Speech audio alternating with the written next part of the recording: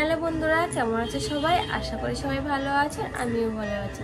আজকেও কিন্তু তোমাদের জন্য একটি গুরুত্বপূর্ণ ভিডিও নিয়ে চলে এসেছি। তো অবশ্যই কিন্তু ভিডিওটি কন্টিনিউ দেখবে, স্কিপ করবে না। আর ভালো লাগলে কিন্তু অবশ্যই লাইক কমেন্ট শেয়ার করবে এবং নতুন হলে চ্যানেলটিকে সাবস্ক্রাইব করবে। তো প্রথমে তো জানিয়ে রাখি যে আজকে কী বিষয়ে তোমাদের সাথে কথা বলতে এসেছি।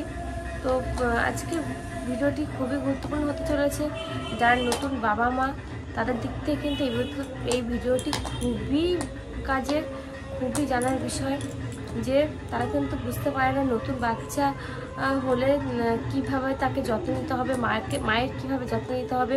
তো সেই বিষয়ে কিন্তু আজকে কথা বলবো। যে হসপিটাল থেকে বাড়ি আসার পরে নতুন বেবি, নতুন বেবি এবং মায়ের কিভাবে যত্ন নিতে হবে সেই বিষয়ে কিন্তু আজকে কথা বলবো। তো চলো ভিডিওটি শুরু করা যাক। বাচ্চা এবং মায়ের কিন্তু এই সময়টা খুবই গুরুত্বপূর্ণ। বাচ্চার খাওয়া, ঘুম, স্নান করা কিন্তু একদমই এইসব নিয়ে কিন্তু একদমই খামখেয়ালি করা যাবে না। বাচ্চা এবং মায়ের যত্নে কিন্তু এই কাজগুলি একদমই করা যাবে না।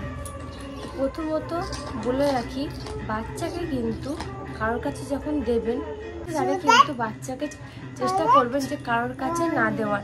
কারণ এই সময় কিন্তু বাচ্চা এবং মায়ের কিন্তু কোনো কিছুর মাধ্যমেই ইনফেকশন হয়ে যেতে পারে। এছাড়াও কিন্তু এই সময় বাচ্চা ও মায়ের কিন্তু অতিরিক্ত রেস্টের দরকার হয়।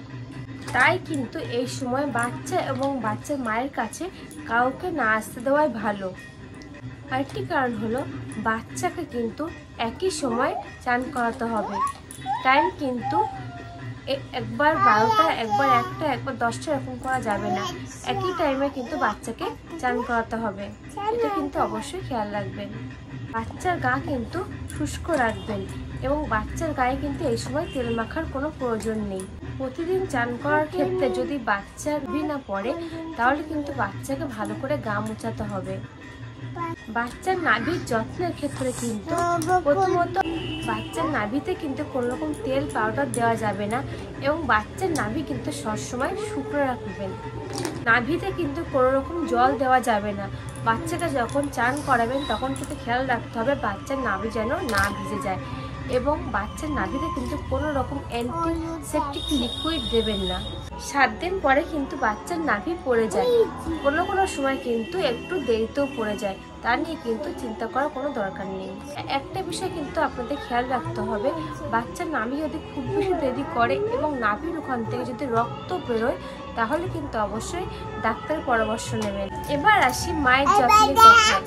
মায়ের যত্নের ক্ষেত্রে কিন্তু মায়ের যদি সিজার বা নর্মাল যাই হোক না কেন, মায়ের যত্নের দিক থেকে কিন্তু খুবই সতর্ক থাকতে হবে। সিজার হলে কিন্তু খেয়াল রাখতে হবে মায়ের কোনো রকমই যেন কাটা জায়গায় ইনফেকশন না হয়ে যায়।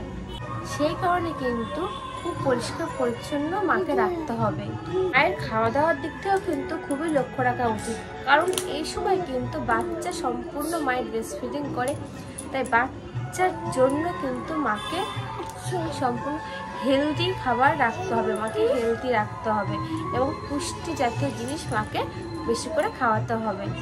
তাহলে বাচ্চাও পুষ্টি পাবে এবং মায়ের শরীর বেশি বেশি করে কিন্তু মায়ের খাবারে মাছ, ডিম, দুধ, এগুলো কিন্তু ফলমূল, এগুলো কিন্তু মায়ের ডায়েটে রাখা দরকার। দ্বিতীয়ত আসি মায়ের ঘুম। মায়ের কিন্তু এই সময় পর্যাপ্ত পরিমাণে ঘুমের দরকার। যেহেতু নিউবর্ন বেবি কিন্তু মাকে ঘুমাতে দিতে চায় না। অনেক বাচ্চা আছে রাত জাগে, কিন্তু সেই ক্ষেত্রে কিন্তু আপনাদের পরিবারের কারোর কাছে বাচ্চাকে দিয়ে মাকে ঘুম পাড়াতে হবে। সময় কিন্তু পরিবারের সদস্যরা মাকে একটু সাহায্য করবেন। মা যেহেতু এই সময় ডিপ্রেশনে ভোগে, তাই মাকে কিন্তু নেগেটিভ কথা বলবেন না। কিন্তু মাকে নেগেটিভ কথা না বলে পজিটিভ কথা বলুন এবং পরিবারের সদস্যরা ও স্বামীরা মায়ের পাশে থাকুন বা মাকে সাপোর্ট করুন। নতুন মাকে কিন্তু সবসময় পরিষ্কার পরিচ্ছন্ন রাখার চেষ্টা করতে হবে। কারণ নতুন মায়ের কিন্তু খুব সহজেই ইনফেকশন হওয়ার চান্স থাকে। বাচ্চাকে কিন্তু প্রতিদিন সকালে যে মিষ্টি রোদটা বাচ্চাকে কিন্তু অবশ্যই সকালের মিষ্টি রোদে রাখতে হবে। রোদে যে ভিটামিন ডি থাকে বাচ্চার ক্ষেত্রে কিন্তু খুবই উপকারী। এছাড়া কিন্তু বাচ্চাকে ভিটামিন D3 খাওয়াতে পারেন, এতে বাচ্চার গ্রোথ ভালো হবে এবং বাচ্চার শরীরে অ্যান্টিবডি সৃষ্টি করবে। তো এরকমই ভিডিও দেখতে চাইলে কিন্তু অবশ্যই চ্যানেলটাকে সাবস্ক্রাইব করে রাখবে। তো দেখা হবে আবার পরের দিন ঠিক এরকমই একটি গুরুত্বপূর্ণ ভিডিও নিয়ে আসবো আপনাদের জন্য।